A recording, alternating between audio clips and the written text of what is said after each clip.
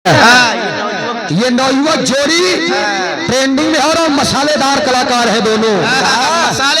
मसालेदार लहसुन के मसाला, पनीर के मसाला, सोग मीट मसाला। अरे अभी मुर्गा मछली मसाला हम लोग नहीं बेचते हैं। बिरहा के मसाला, बिरहा के रूसी के भी लोग जानत हैं और सूरज यादव के भी जानत हैं। और ये जोड़िए ट्रेंडिंग में बा आई तभी से दो लाइन मिजाज बना ला धीरज भाई। ओकरे बाद में फिर हमें छोड़ के बधाई गीत दे, फिर रुचि के नंबर दे देते। जितना सोहर पोहर सुने खोई सब रुचि से सुने सो भला जेकर पीरा वही जाने, सब जने सुने हो बहन के मुँह से सुने आना। राजा हो तो है कैसे मनाई, तय नहीं मनाइए भैया बहन रुचि। हम कितनों गा दे राजा न मानी, राजा न मानी सार मेरे बिगड़ा आज तक नहीं माना। कैलाश दादा से लेके रुचि तक मनाए मनबन भाई आज तक। अब पार्लेजी में जब 12 बिस्कुट रहा तब वाला समय हो तमानत आइए बा।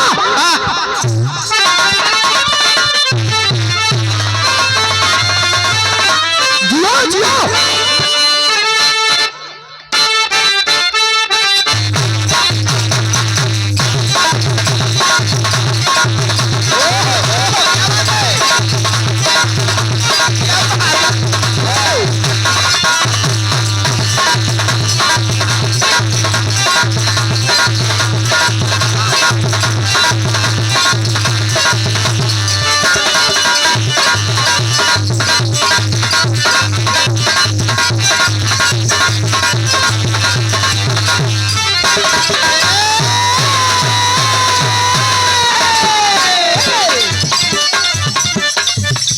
सुंदर गीत कराई हमारे धीरज मुन्ना बजावत है।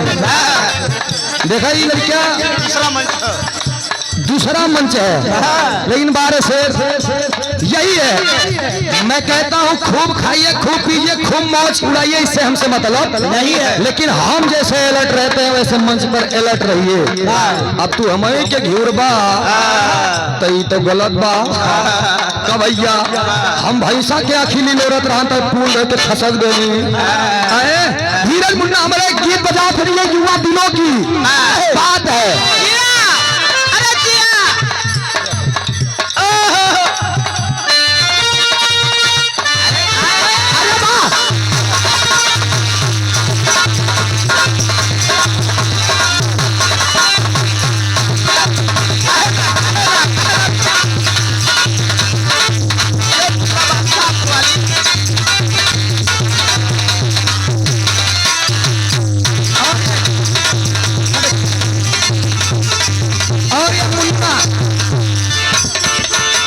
मुन्ना यादव जी की तरफ से हमारे मामा जी ये सुंदर पंखुड़ियों से गुथा हुआ पुष्पों का हार। अच्छा एक बात माना, एक गांव में अगर बहन कही देवे तो पूरा गांव ससुर बहन वही कहवा, ये का ध्यान। एक गांव में अगर मौसी होगी तो हार तो पूरा गांव कहे तो मौसिया लागी हम बेनी भैया।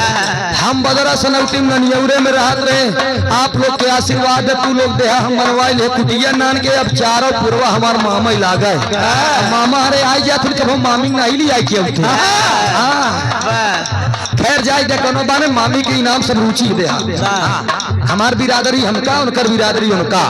100 रुपया का पुरस्कार मुन्ना मामा जी की तरफ से बैठा आशीर्वाद की चावा 100 से सभी सकल पंच के नमन बा। एक लड़का है जौनपुर का जिसकी कॉमेडी बड़ी वायरल है, आप लोगों ने सुना होगा नाम अंकित जैक का। के जाना था हाथ उठावा तो अंकित जैक के ढेर लोग जाना था। ये है ना रुचि।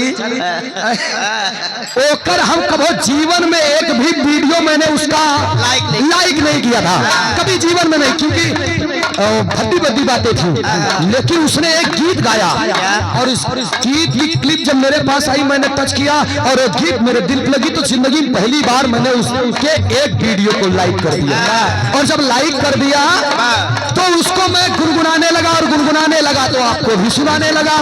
कैसे बात साहब?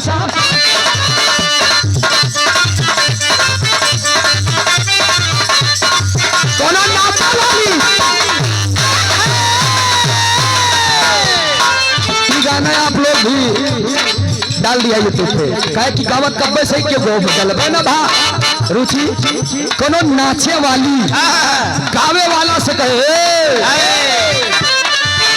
अरे नाच के दीवाना हमर पूरा सोमियाना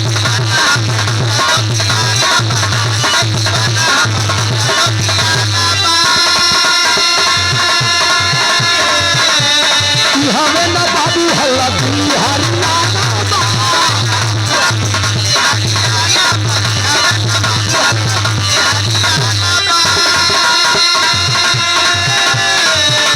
नाच के दीवाना हमर पूरा सोमियाना हमें न बाबू हल्ला हरियाणा अब लड़का कहे रुचि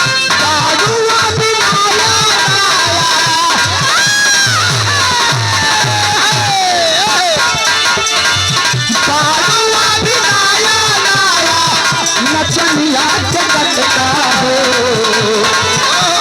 अब लड़का कहे तोहर कान रहाती मारा तक तमाशा हो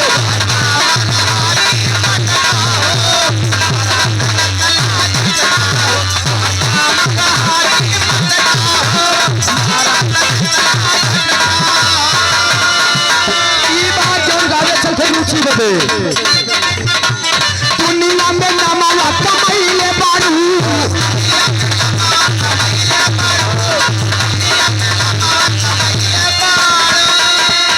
लेकिन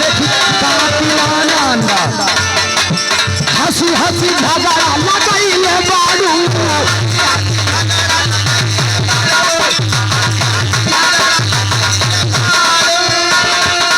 हम 4 महीना से गावत हूँ दुनिया में नमाला कमाइले बारू हंसी हंसी झगड़ा लगाइले बारू कभो केसिया उड़ा देलू कभो कनकी दबा देलू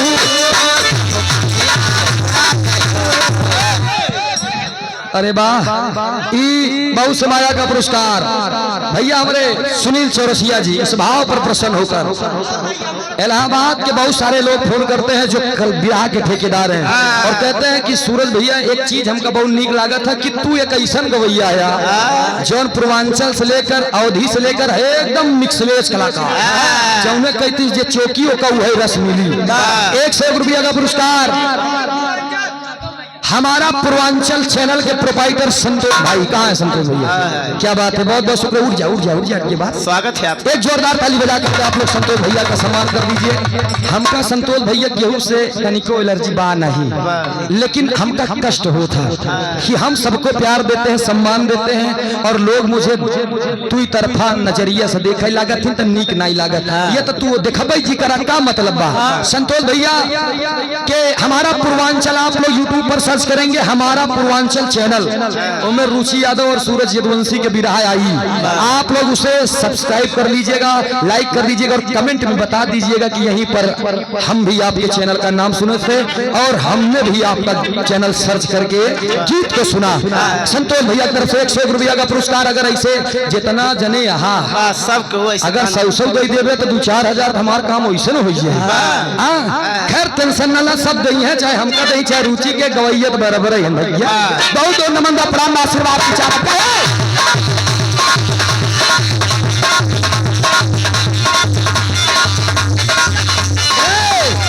दुनिया में नमाला कमाइले बारू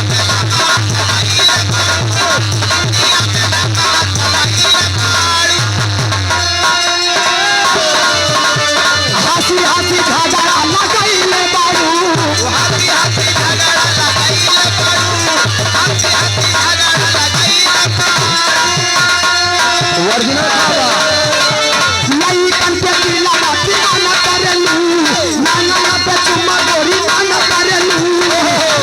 उड़ा देलू कभो कनखी दबा देलू